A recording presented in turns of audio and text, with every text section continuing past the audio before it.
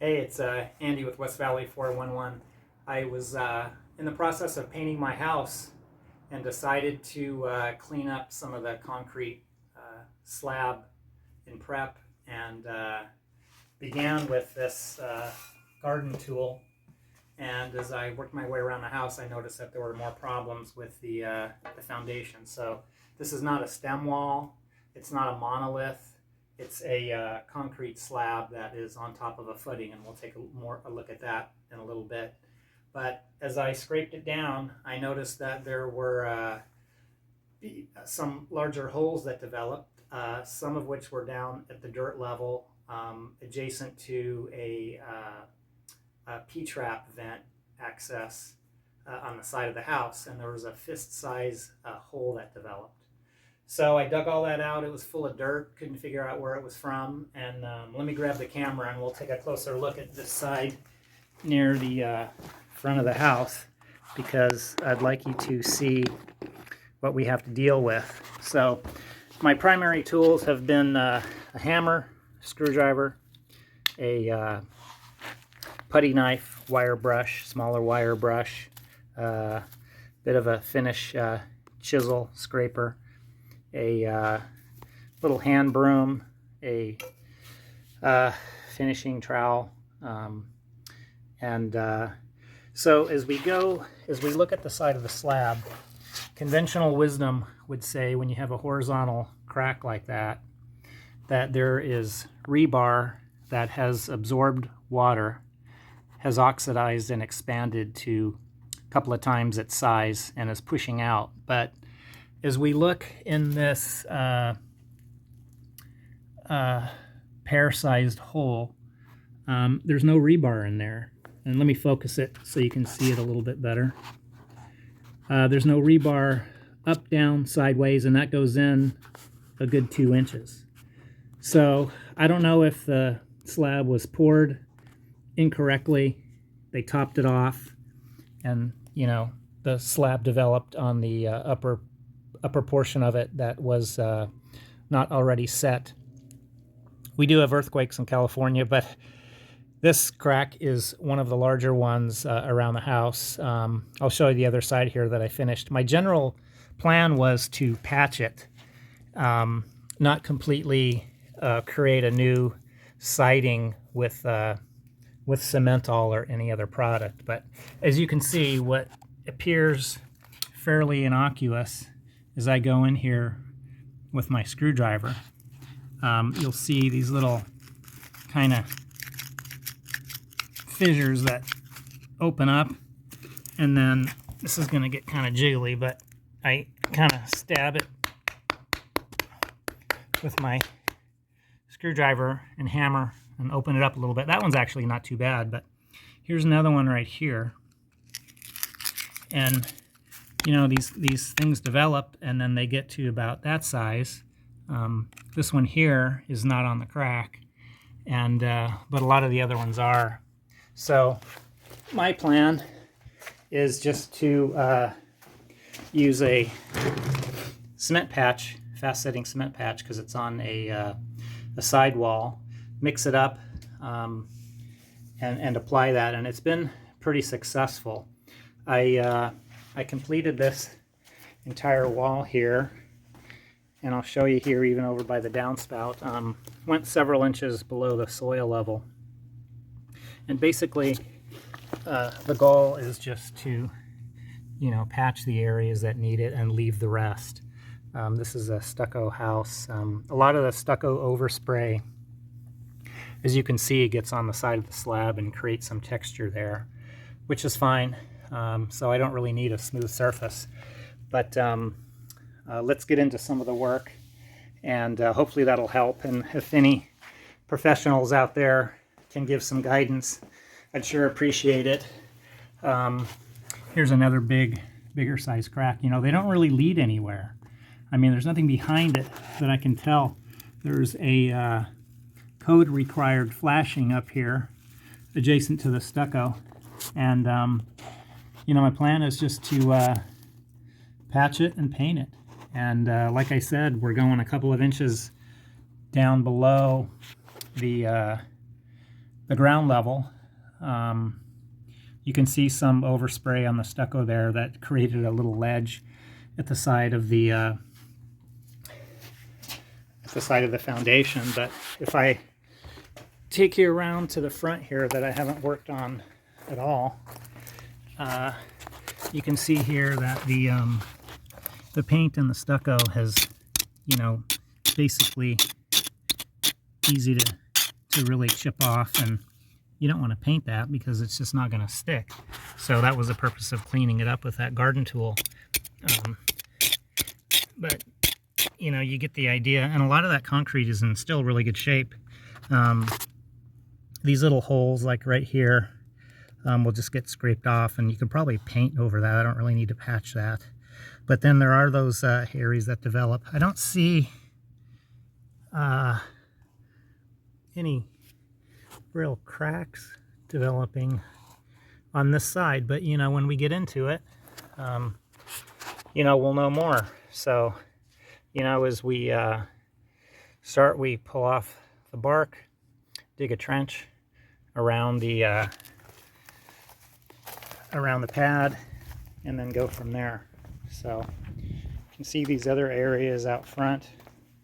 We're actually not in bad shape at all. That's just patched a bit and painted. So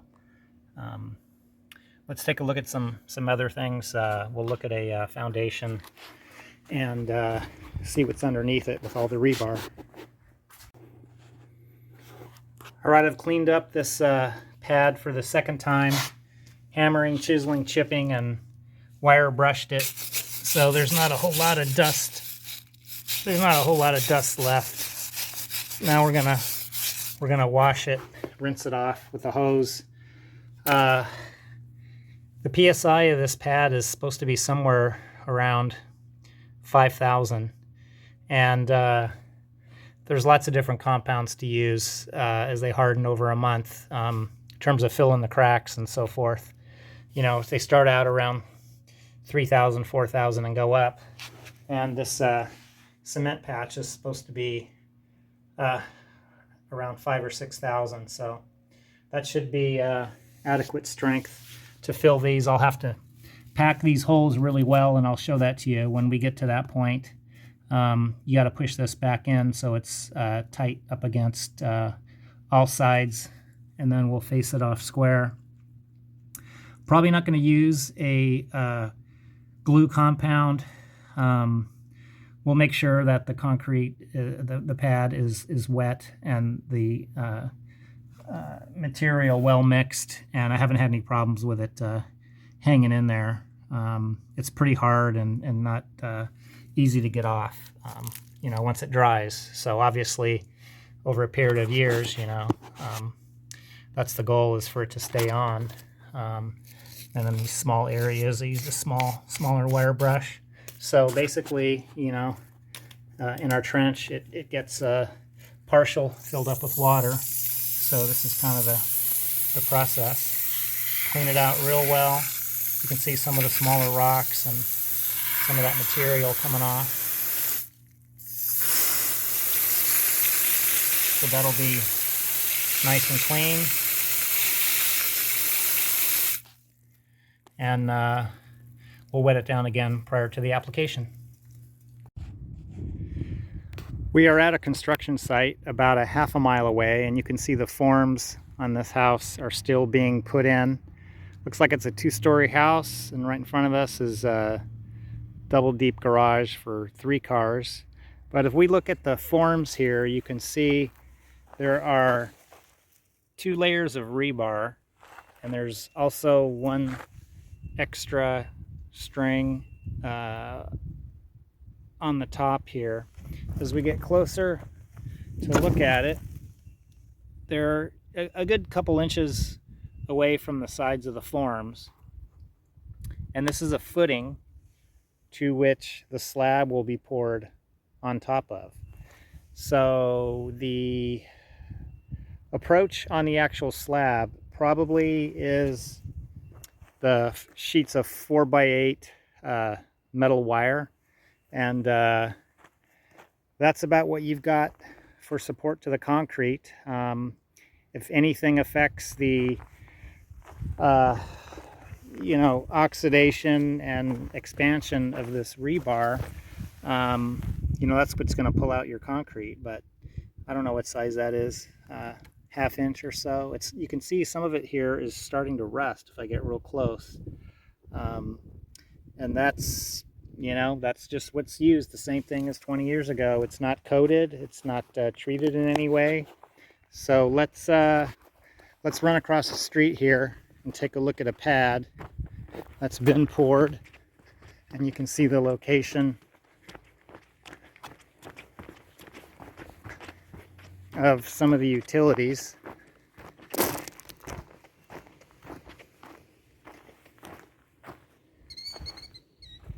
We've got aluminum supports for the framing. You've got a coated ABS here. This looks like it could be going up to the second floor. This is a little bit of a smaller pad. And there's, what, about a ½ inch of concrete between the edge and the ABS. So there are air pockets that develop. There's a little bit of a shadow there. I don't know if that, you can see that. Here's a crack on a, you know, newly poured pad. There aren't any expansion joints on this pad, which is typical.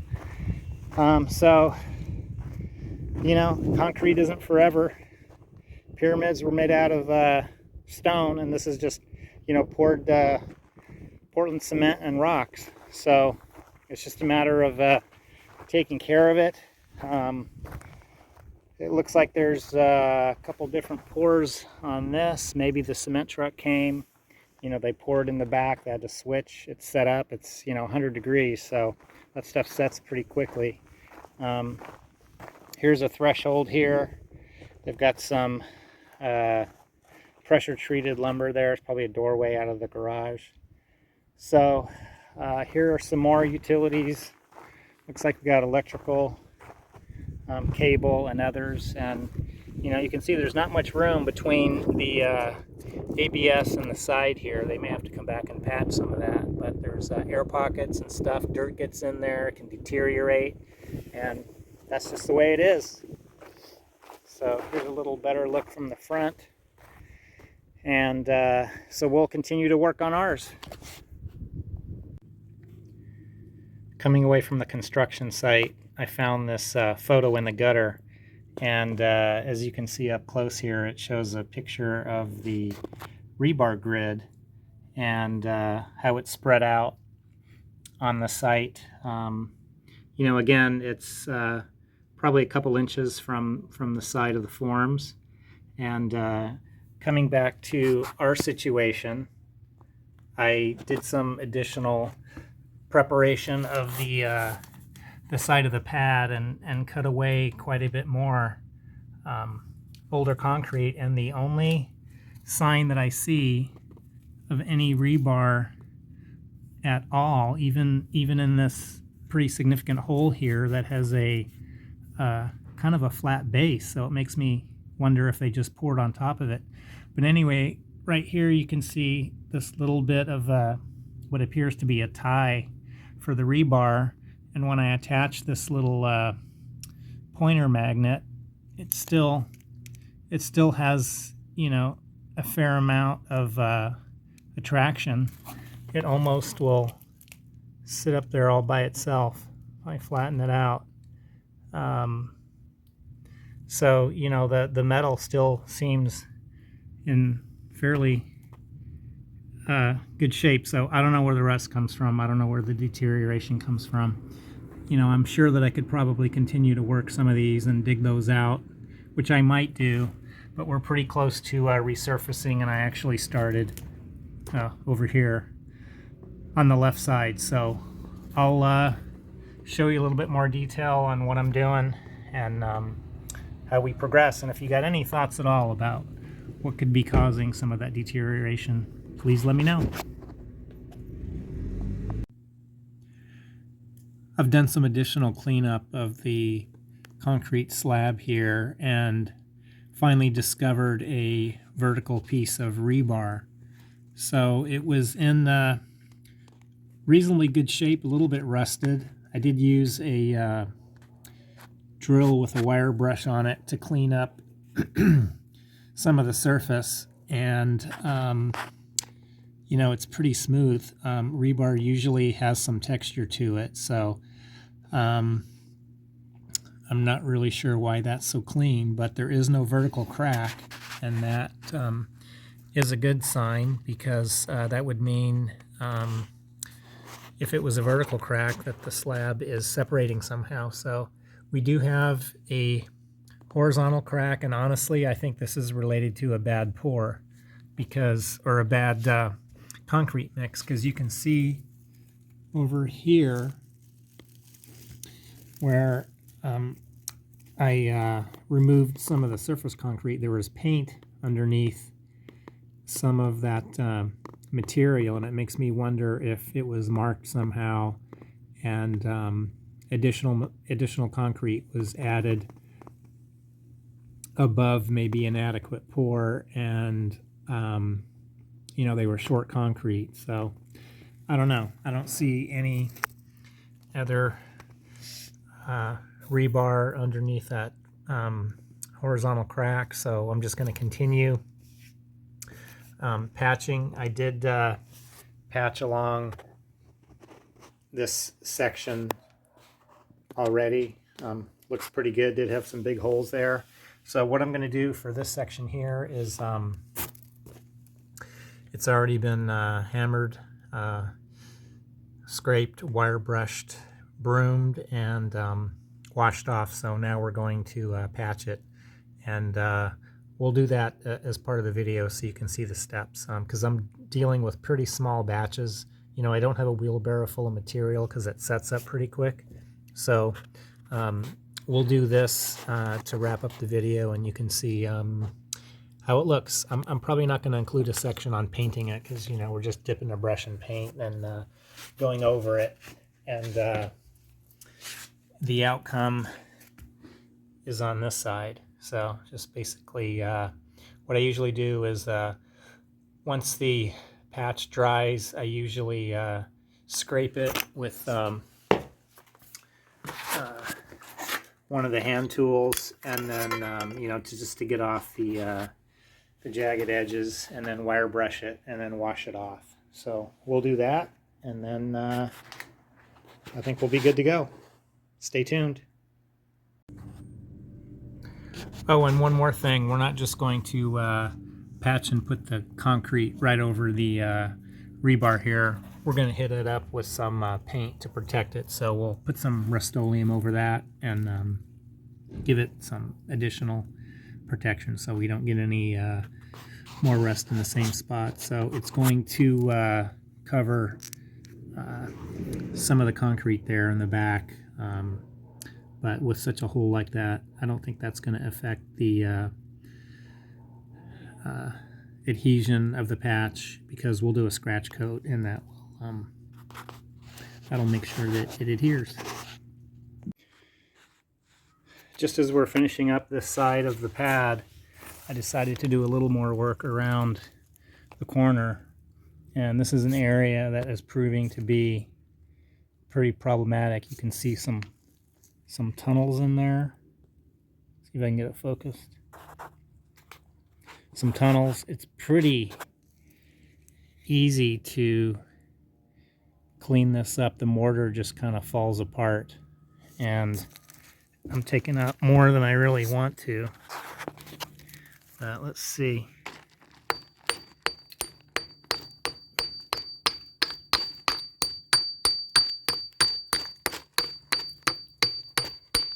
Looks like I got a pretty decent base out of there, but you can see this material in here.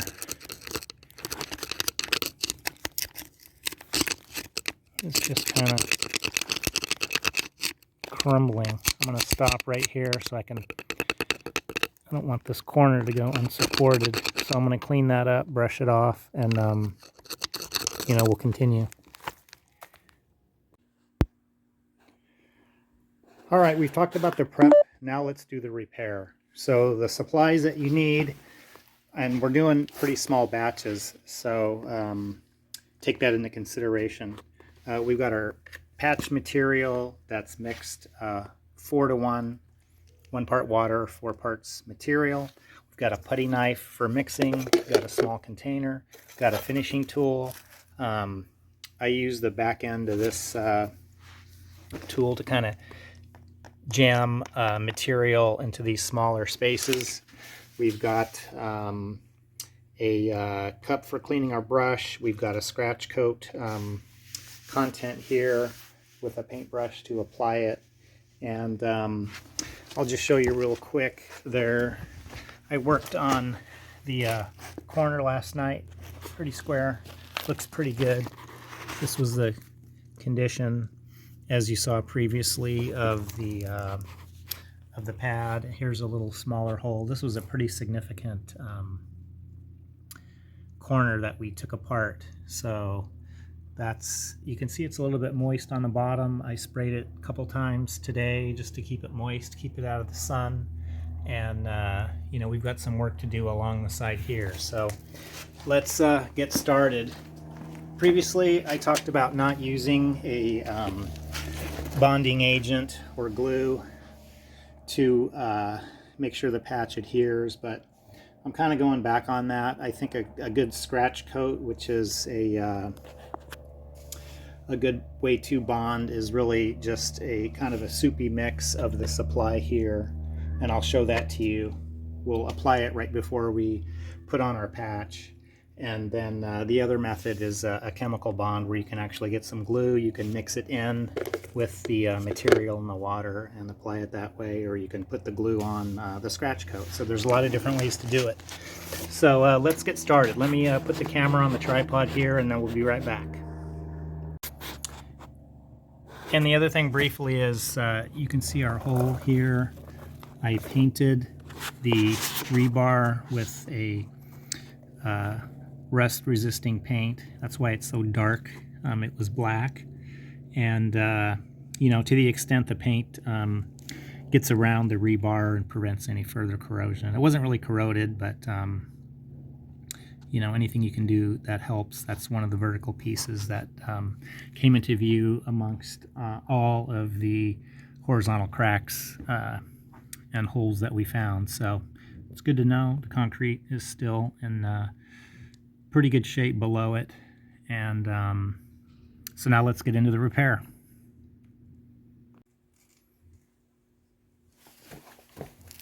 All right, first thing, spray a little water in your container.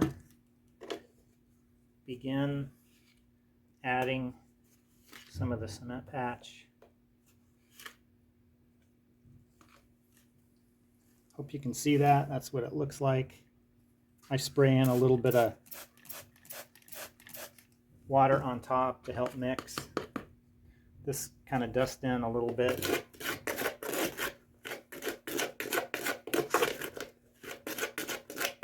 You can see from the start it gets a little congealed, but you just keep adding a little bit of water. That way you don't overhydrate. Depending on how much you need, we'll continue to add more material and add more water. You can see it's coming around. It's a little bit soupy still, so, but depending on the outside temperature, this hardens and sets, you know, within just a minute or two. So hopefully you can see that. It kind of starts to firm up. We're going to add, that's not really enough material, so we're going to add some more.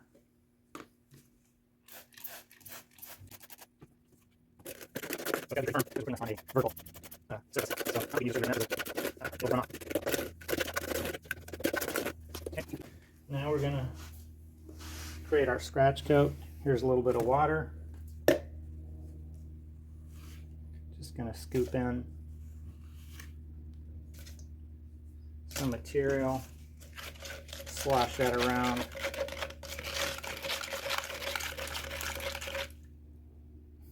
You could add glue to this, but I'm not going to.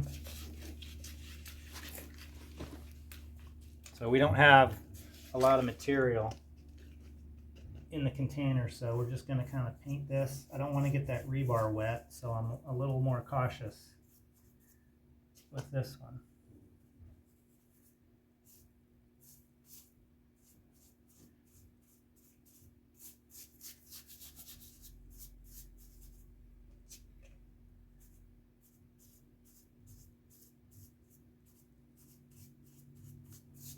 All right, that's good enough. Drop the brush in my clean water. Come back to that if we need it. Okay, that firmed up.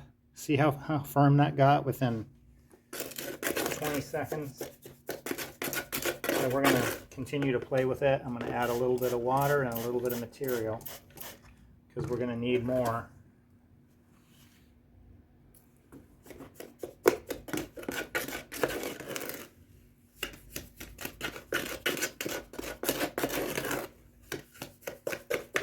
I know this isn't very exciting watching cement get mixed, but when you're doing small batches,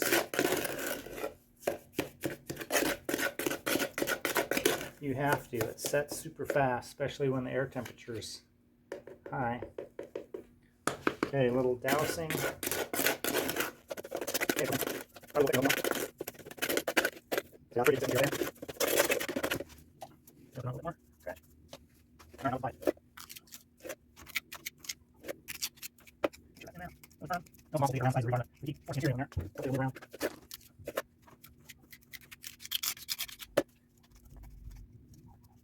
Alright, come on, get still. Still work up. I just run a little bit. That's not bad, this way. Enough material in this.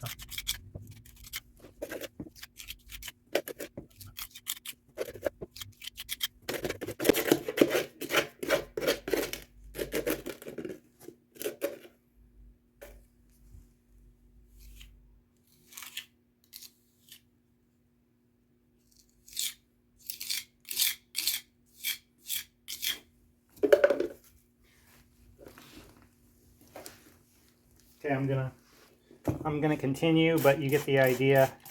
I'm gonna make up another quick batch, but you can see here.